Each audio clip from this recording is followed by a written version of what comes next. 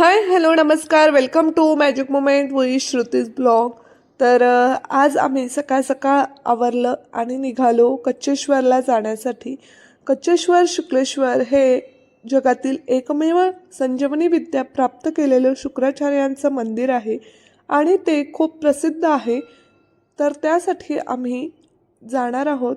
आज तिथे महाशिवरात्रीनिमित्त अभिषेक करायचं असं म्हणत होतं. म्हणजे आम्ही दरवर्षीच करतो, पण यावर्षी सर्वांनी मिळून करावा आणि मग त्यासाठी आम्ही निघालो. बाळांना खूप आनंद होत होता. आम्ही त्यांना घरून निघताना सांगितलेलं की तुम्हाला तिथे खूप सारे खेळणे मिळतील, म्हणून ते खूप आनंदी होते.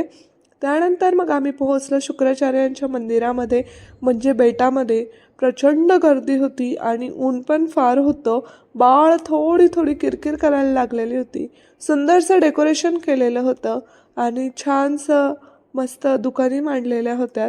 आणि मग आम्ही बाळांना एका ठिकाणी बसवून दिलं आणि काही जण रांगेत थांबलो. तर रांग प्रचंड मोठी होती, कारण भाविकांची गर्दी कुठेही असतेच.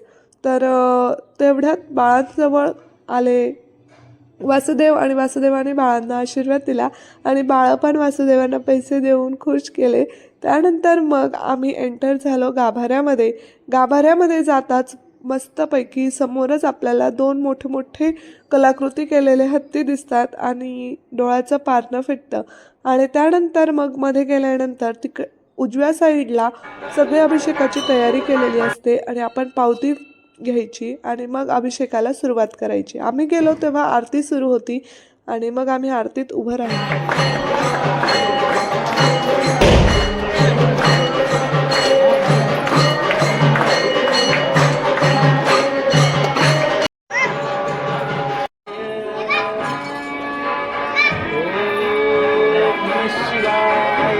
लक्ष इकडे बघ, माऊ इकडे बघ, ए माऊ.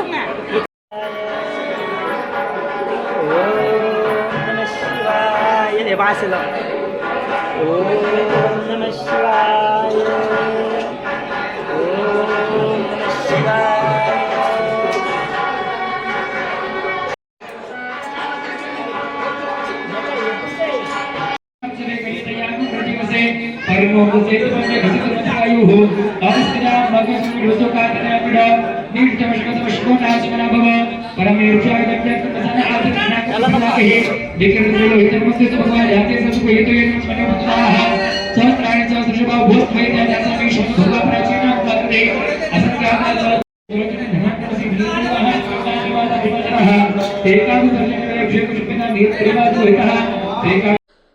अभिषेक झाल्यानंतर बाहेर आलो, थंडगार मठ्ठा पिला आणि छान संध्याकाळच्या पूजेसाठी बेल घेतली आणि बेल घेऊन झाल्यानंतर घरी आलो. परत आवरलं आणि निघालो मिरवणुकीत, कारण आज महाशिवरात्रीनिमित्त बेलेश्वर महादेव मंदिरामध्ये मिरवणुकीचं आयोजन करण्यात आलेलं होतं आणि शंकर बाप्पा आणि पार्वती देवींना रथामध्ये बसवण्यात आलं आणि संपूर्ण गावातून वाजत गाजत ही मिरवणूक निघाली. आणि मिरवणूक निघाल्यानंतर खूप छान पद्धतीने सगळ्यांनी मिरवणुकीमध्ये सक्रिय सहभाग दाखवला. शिवबाळा घरी बनलेला होता, तो पण फार क्यूट दिसत होता.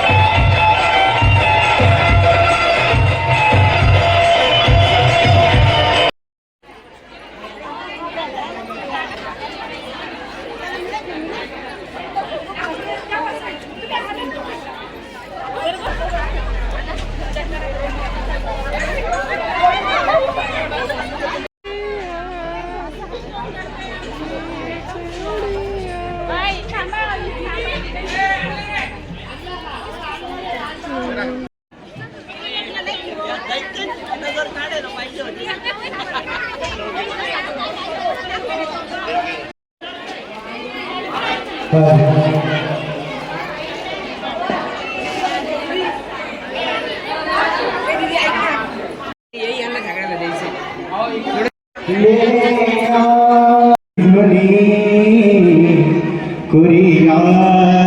सदा मङ्गलं शुभमङ्गल सावधान लक्ष्मी श्रीराम रमेश भजे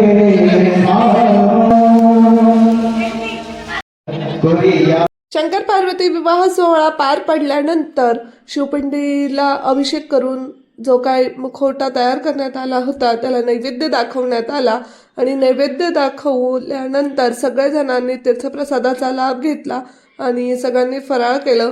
तर अशा प्रकारे आमची महाशिवरात्र सेलिब्रेशन खूप छान झाली. सगळ्याच सेलिब्रेशन अगदी छान होत आहेत. हे 2025सुद्धा खूप उत्साहामध्ये सेलिब्रेशनमध्ये एक एक मंथ पुढे सरकतं आहे. त्यानंतर मग मी सगळ्या लेडीजसोबत फोटोज क्लिक केले आणि मग त्यानंतर आम्ही सगळ्यांनी खूप मज्जा केली, खूप गप्पा मारल्या, खूप साऱ्या नवीन नवीन आठवणींना एकत्र केलं आणि खूप साऱ्या गप्पा मारल्यानंतर आजचा दिवस हा स्पेंड केला. तर कसा वाटला नक्की कमेंट करा, लाईक करा, शेअर करा.